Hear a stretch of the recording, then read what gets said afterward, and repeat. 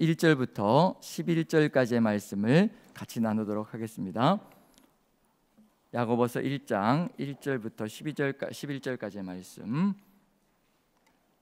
우리 같이 한번 한 목소리로 천천히 봉독하겠습니다. 같이 읽습니다. 시작. 하나님과 주 예수 그리스도의 종 야고보는 흩어져 있는 12지파에게 문안하노라. 내 형제들아, 너희가 여러 가지 시험을 당하거든 온전히 기쁘게 여기라. 이는 너희 믿음의 시련이 인내를 만들어내는 줄 너희가 알미라.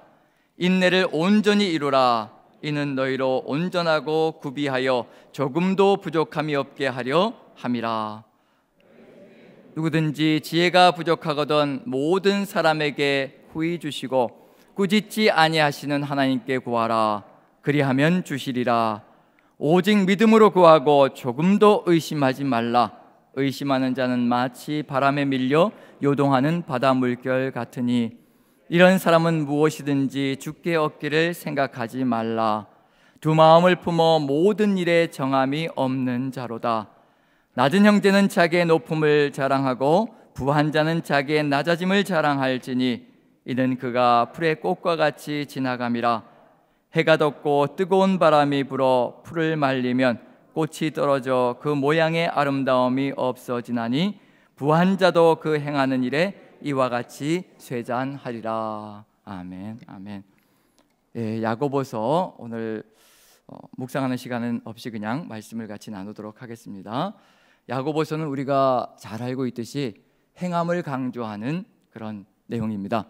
행함을 강조하는데 무엇에 바탕을 둔 행함이냐면요, 반드시 믿음의 바탕을 둔 행함이 되어야 합니다. 야고보서는 그것을 바탕에 두고 있는 성도들을 향하여 말씀하고 있는 내용입니다. 믿음의 바탕이 되어져 있다는 얘기는 은혜가 바탕이 되어져 있다는 것을 얘기하는 겁니다.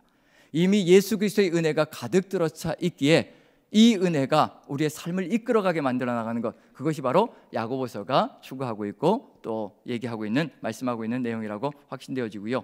그럼에도 불구하고 은혜가 이렇게 가득 들어차 있음에도 불구하고 우리의 삶이라는 것이 시간이 흘러가면서 무엇을 잃어버릴 때가 참 많으냐면요, 초심을 잃어버릴 때가 참 많습니다. 첫사랑의 그 뜨거움, 정말 주 예수 그리스도의 그 십자가의 은혜가 우리 가슴에 내리꽂혀서 그 사랑으로 인하여 움직였던 그 열정적인 그 삶의 순간들이 있었습니다. 그런데 교회가 시간이 지나면서 점점 그 첫사랑을 잃어가기 시작합니다. 그 첫사랑을 잃어가면서 점점 나타나는 증상들이 있습니다.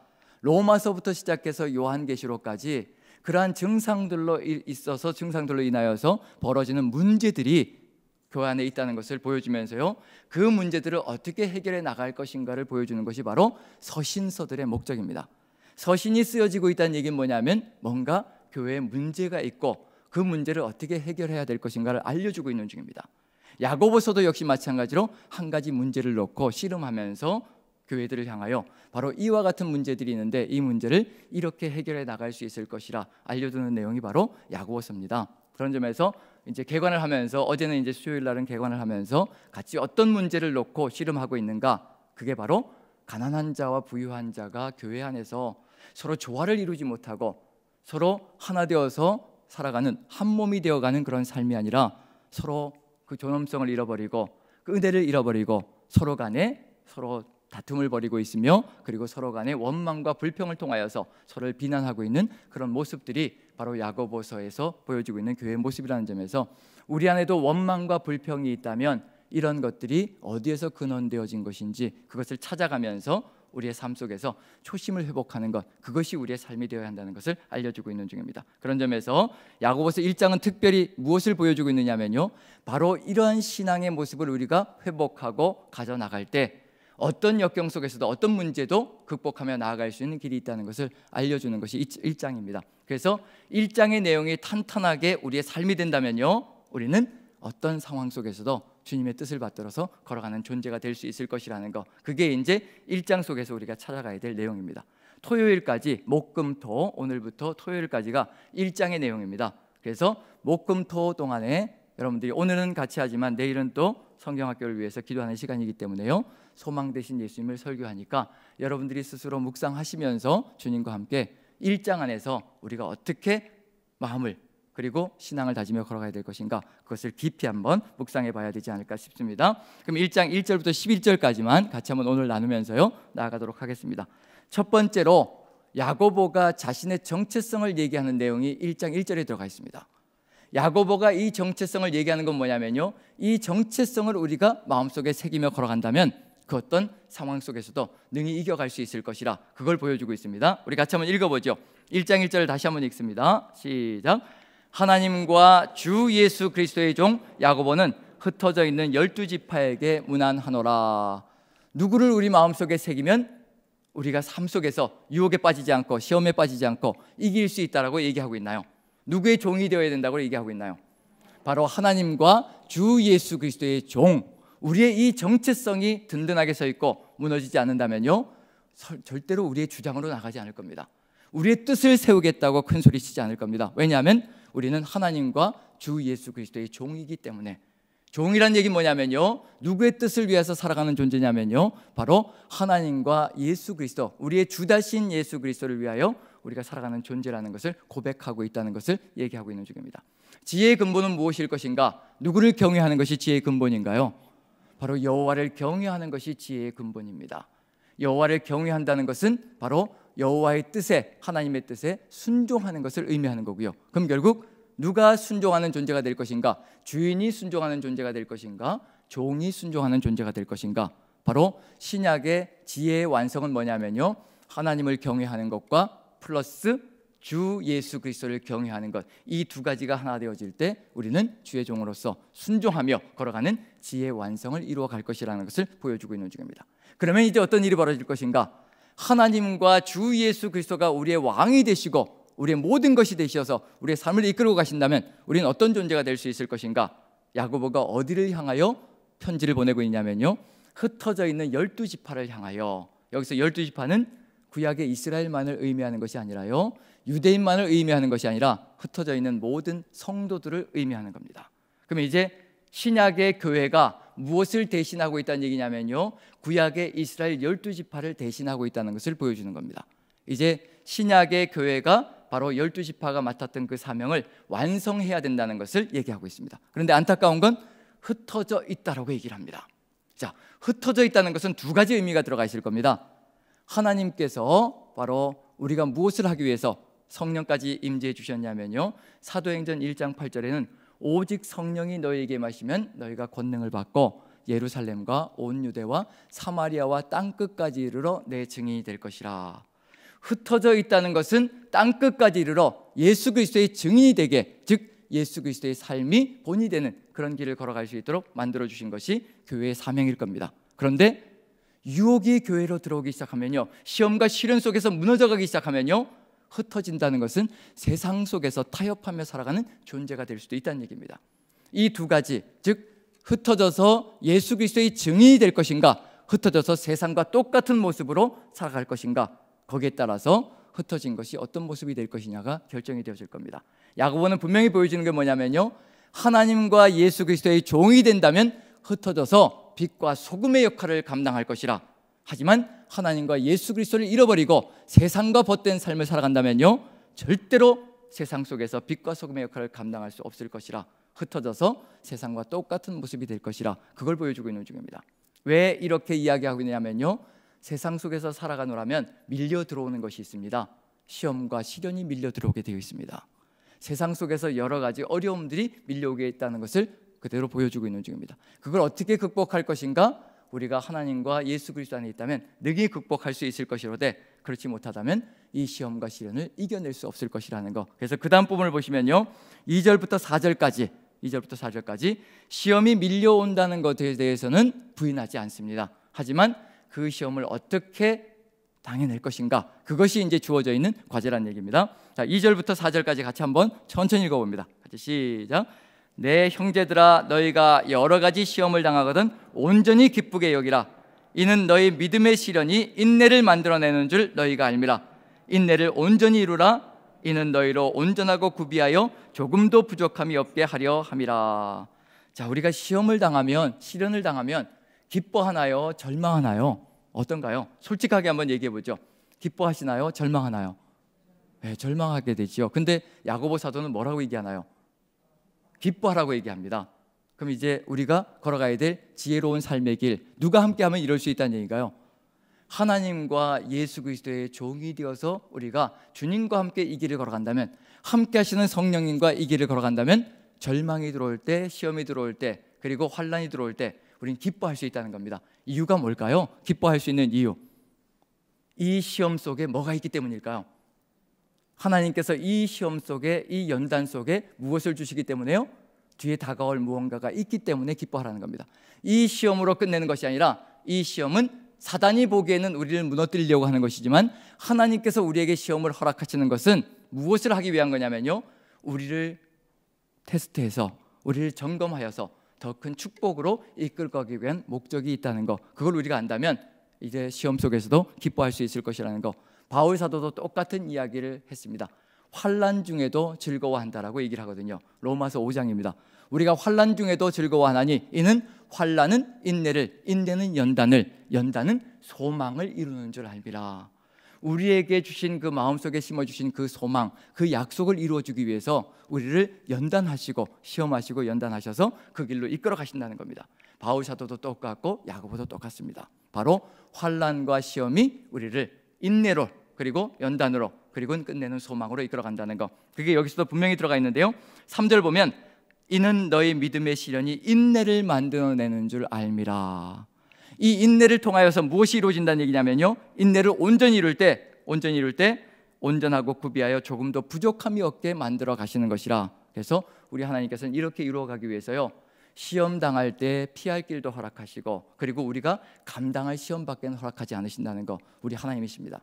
사단에게 우리를 시험하게 맡겨주셔도요, 우리가 감당할 시험 밖에는 허락하지 않으십니다. 모든 주권이 하나님께 있습니다. 그래서 우리에게 시험이 들어올 때요, 걱정하지 마시라는 겁니다.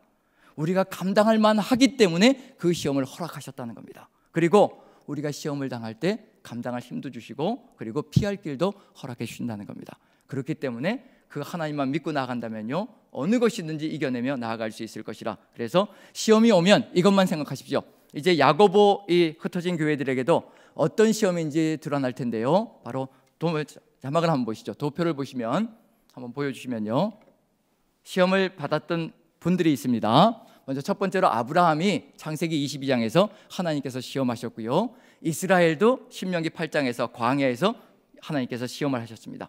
그리고 야고보의 성도들도 지금 시험을 받고 있는 중입니다. 그런데 어떤 의미를 가지고 있는 것인지, 결론이 뭔지 보면요, 똑같습니다. 첫 번째로 아브라함을 보면요, 하나님께서 시험을 하시는데 무엇을 시험하시냐면 이삭을 가지고 시험합니다. 아브라함이 풍성하게 누리고 있는 겁니다. 이삭도 갖고 있고, 이삭은 모든 것을 의미하는 겁니다. 부유함이죠, 풍성함이죠. 모든 것을 지칭하기 때문에요, 그 가진 것을 가지고 시험하시는 겁니다. 그래서 하나님의 말씀대로 살아가는가 아닌가, 그래서 말씀대로 순종해 하나님 경외로. 인내는 뭐냐면요, 야고보 성도들에게 인내라고 얘기하는데, 인내는 무작정 참고 있는 것을 얘기하는 것이 아니라요, 인내할 수 있는 길이 있는 겁니다. 하나님을 신뢰할 때 인내할 수가 있는 겁니다.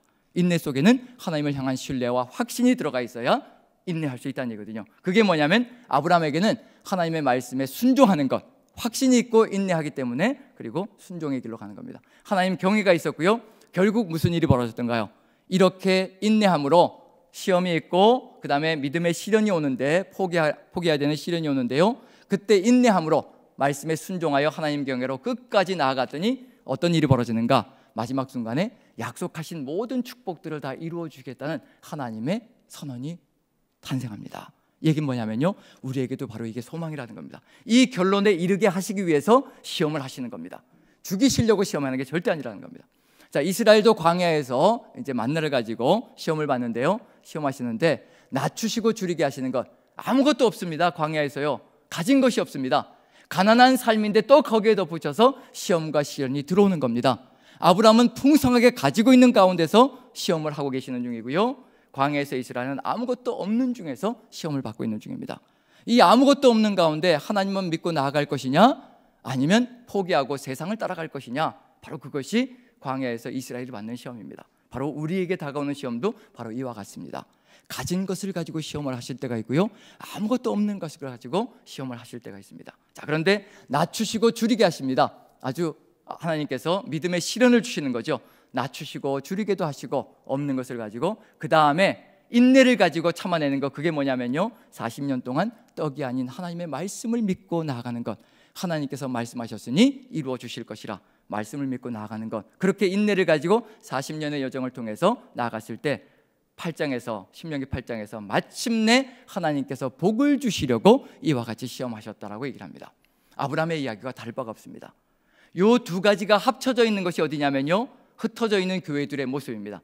어떤 사람은 교회 안에서 가진 자의 삶을 살아가고 있고요, 어떤 사람은 교회 안에서 없는 자의 삶을 살아가고 있습니다.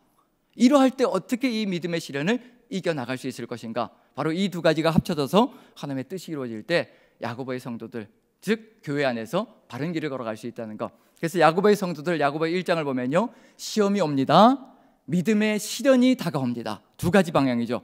가진 자들은 포기해야 되는 상황이 오고요, 그 다음에 없는 자들은 절망 가운데 신음소리 내는 그런 상황이 펼쳐지는 겁니다. 이 두 가지가 조합되어져 있습니다. 어떤 사람에게는 이런 것, 어떤 사람에게 이런 것. 그런데 인내, 뭘까요? 바로 아브라함의 이야기와 이스라엘의 이야기가 인내라는 것이 도대체 무엇인가를 보여주고 있는 중입니다. 인내는 꾹 참고 이를 악물고 참는 것만이 인내가 아니라요 확신이 있기 때문에 참는 겁니다. 이게 세상과 우리의 차이점입니다. 누구를 신뢰하기 때문에요? 하나님을 신뢰하기 때문에 인내하고 참고 있는 겁니다. 하나님의 말씀만이 참이라는 것을 신뢰하기 때문에 우리가 참고 견디며 나아가는 겁니다. 그게 바로 하나님 경외고요, 그게 바로 하나님의 말씀을 신뢰하는 겁니다. 그 인내가 있을 때 하나님의 뜻을 믿고 따름으로 신뢰함으로 인내하며 나아갈 때 결국 무엇이 이루어진다고요? 온전하고 구비하여 부족함이 없게 이루어 가시려고요, 모두가 부족함이 없게 만들어 가시려고 이 일을 일으켜 가시는 겁니다. 아브라함에게는 이삭을 포기함으로 그 포기하는 것을 통해서 다른 사람들이 풍성하게 세상 모든 민족이 복을 누리게 만들어가는 삶을 이루어 가시려고, 광야에서 이스라엘은 아무것도 없는 상황 가운데서 하나님을 믿고 나아갈 때 모두가 행복한 공동체를 만들잖아요. 만나를 가지고 서로가 남는 것은 나누어주고 모자라는 것은 채워지면서 하나님의 은혜 가운데 거하는 공동체, 야고보의 공동체에 흩어져 있는 교회 공동체도요 이와 같이 하나님의 말씀을 믿고 나아가게 된다면요 있는 자들은 자기의 것을 하나님의 말씀을 받들어 나누어 줌으로 없는 자들을 채워주고, 없는 자들은 또 체험을 받으며 하나님께 감사하며 찬양하며 서로가 찬양과 기도로 하나로 어우러지는 그런 교회를 이루어갈 것이라는 거, 이미 구약부터 다 보여주신 하나님의 마음입니다. 우리가 그것을 이루어갈 때 어느 누구도 원망과 불평과 입술의 혀로요 원망과 불평과 맹세를 통하여 저주를 통해서요 서로를 원망하는 공동체가 아니라 서로가 찬양하며 하나 되어지는 공동체, 바로 이것을 믿고 나아간다면 모두가 온전하고 구비하여 부족함이 없는 세상을 만들어갈 수 있는, 교회를 만들어갈 수 있는 그런 삶이 이루어질 수 있을 것이라. 그러면 이제 무엇을 입술로 구해야 될 것인가? 원망하고 저주하고 불평하며 살아가는 삶이 아니라요 가진 자들은 왜 내가 이걸 내줘야 합니까? 내가 어떻게 일해서, 내가 어떻게 헌신하고 희생해서 이 많은 것들을 모았는데 왜 내가 이것을 손을 펴서 나눠줘야 합니까? 없는 자들은요 나는 왜 이렇게 구구절절 이렇게 비참하게 처참하게 살아야 합니까? 저 사람들은 저렇게 잘 살고 있는데, 이러한 원망과 불평과 이런 맹세들이 이루어지기 시작한다면요 교회는 분열되기 시작할 겁니다. 그런데 하나님께서 주신 이 시험과 시련들을 믿음으로 하나님의 말씀을 따라서 뜻을 따라서 서로가 아버지의 뜻을 따라 이루어간다면 모두가 온전하고 구비하여 부족함이 없는 세상을 이루어갈 겁니다. 그런 교회를 기대하고 계시는 중입니다. 그래서 우리에게 절실하게 필요한 게 뭐냐면요 행함입니다. 행함. 믿음으로만 만든 것이 아니라 우리가 행함으로 우리의 믿음이 온전하게 된다는 것, 그것이 두 개가 연합되어서 갈 때 교회는 온전하고 구비하여 부족함이 없는 교회로 이루어져 갈 것이라는 것. 그러면 이제 우리 입술에서 뭐가 쏟아져 나가야 될 것인가? 그 다음 부분이 그걸 얘기하는 겁니다. 올바른 간구가 무엇인가? 우리의 입술을 통해서 정말 구해야 될 것이 무엇인가? 우리의 간구를 살펴보면요 정욕으로 쓰려고 잘못 구하는 것들이 너무도 많습니다. 내 잠시 잠깐의 이 절망과 어려움들을 해소하기 위해서 구하는 것들이 너무도 많습니다. 자, 무엇을 구해야 될까요? 무엇을 구해야 될까요? 지금 저기서 보시면 답은 이미 나와 있습니다. 인내하면서 우리가 구해야 될 것이 무엇인지, 누구를 경외하는 삶이 되게 만들어 달라고 기도해야 될까요? 우리가 우리의 어떤 상황 속에서도 하나님을 경외하는 삶, 순종으로 경외하는 삶을 잃지 않게 도와달라고. 경외하는 삶은 무엇을 가지고 살아가는 삶인가요? 떡이 아닌 하나님의 말씀을 가지고 살아가는 삶이 될 겁니다. 하나님의 말씀과 하나님을 경외하는 이 삶을 절대 잃지 않게 해달라고, 내가 가진 것이 없어도 하나님만 바라보게 해달라고, 내가 많은 것을 가지고 있어도 하나님만 바라보며 이것을 어떻게 바르게 다뤄야 될 것인가를 묻고 나아가는 하나님 경외, 여호와 경외, 그것을 무엇을 구하는 것이 될까요? 한마디로 얘기하면요, 하나님 경외. 이 하나님 경외가 이루어지면 우리의 삶 속에서 무엇이 이루어질까요? 지혜로운 삶이 이루어지겠죠. 그래서 그 다음 부분은 당연히 구해야 될 것을 얘기하고 있습니다. 같이 한번 읽어봅니다. 몇 절이냐면요, 5절입니다. 5절. 흔들릴 때마다 무엇을 구해야 될 것인가, 이걸 구하라고 얘기합니다. 5절 같이 읽습니다. 시작. 너희 중에 누구든지 지혜가 부족하거든 모든 사람에게 후히 주시고 꾸짖지 아니하시는 하나님께 구하라, 그리하면 주시리라. 무엇을 구하라고 얘기하나요? 구하라 그러면 너에게 주실 것이요, 두드리라 너에게 열릴 것이요, 그리고 찾으라 그러면 찾을 것이요. 무작정 아무거나 구하고 아무거나 두드리고 아무거나 찾으라는 얘기가 아니란 얘기입니다. 올바른 간구가 있다는 겁니다. 우리에게 정말 진실로 필요한 것이 무엇인가? 하나님을 경외하는 신앙이 우리 안에 들어와 있다면요, 우리는 이 세상의 그 어떤 여건 속에서도 견디며 이길 수 있는 삶이 이루어질 것이라. 지혜를 구하라고 얘기합니다. 지혜를 구하라는 것, 지혜의 근본이 무엇인가? 하나님 경외이고 예수 그리스도를 경외하는 삶입니다.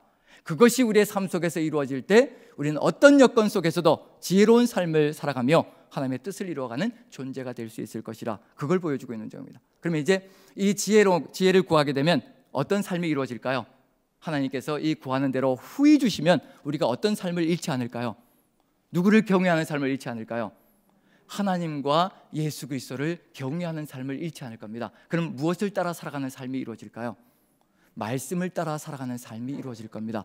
인내하며 끝까지 말씀을 따라 살아가는 삶이 이루어질 겁니다. 그렇게 되면요, 이제 무엇이 무너지느냐면요, 가난한 자도 부유한 자도 하나님의 은혜 안에서 하나 되어지는 세상을 만들어 갈 겁니다. 그게 바로 여기 9절부터 봅니다.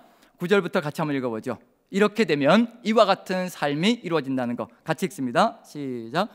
낮은 형제는 자기의 높음을 자랑하고 부한 자는 자기의 낮아짐을 자랑할지니 이는 그가 풀의 꽃과 같이 지나감이라.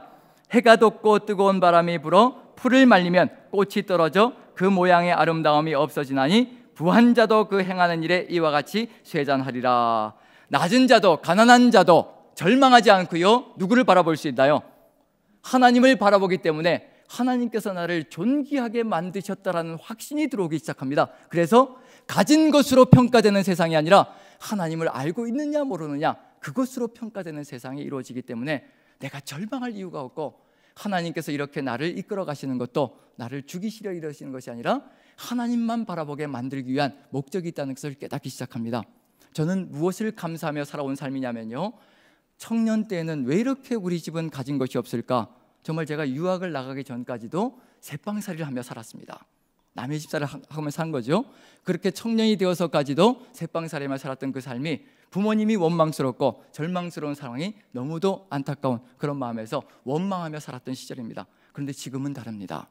만약에 저에게 모든 풍성함이 있었고 저희 부모님이 건물주였다면 나는 어떻게 살고 있을까? 지금 전 뭐 하고 있을까요? 저희 부모님이 건물주였으면.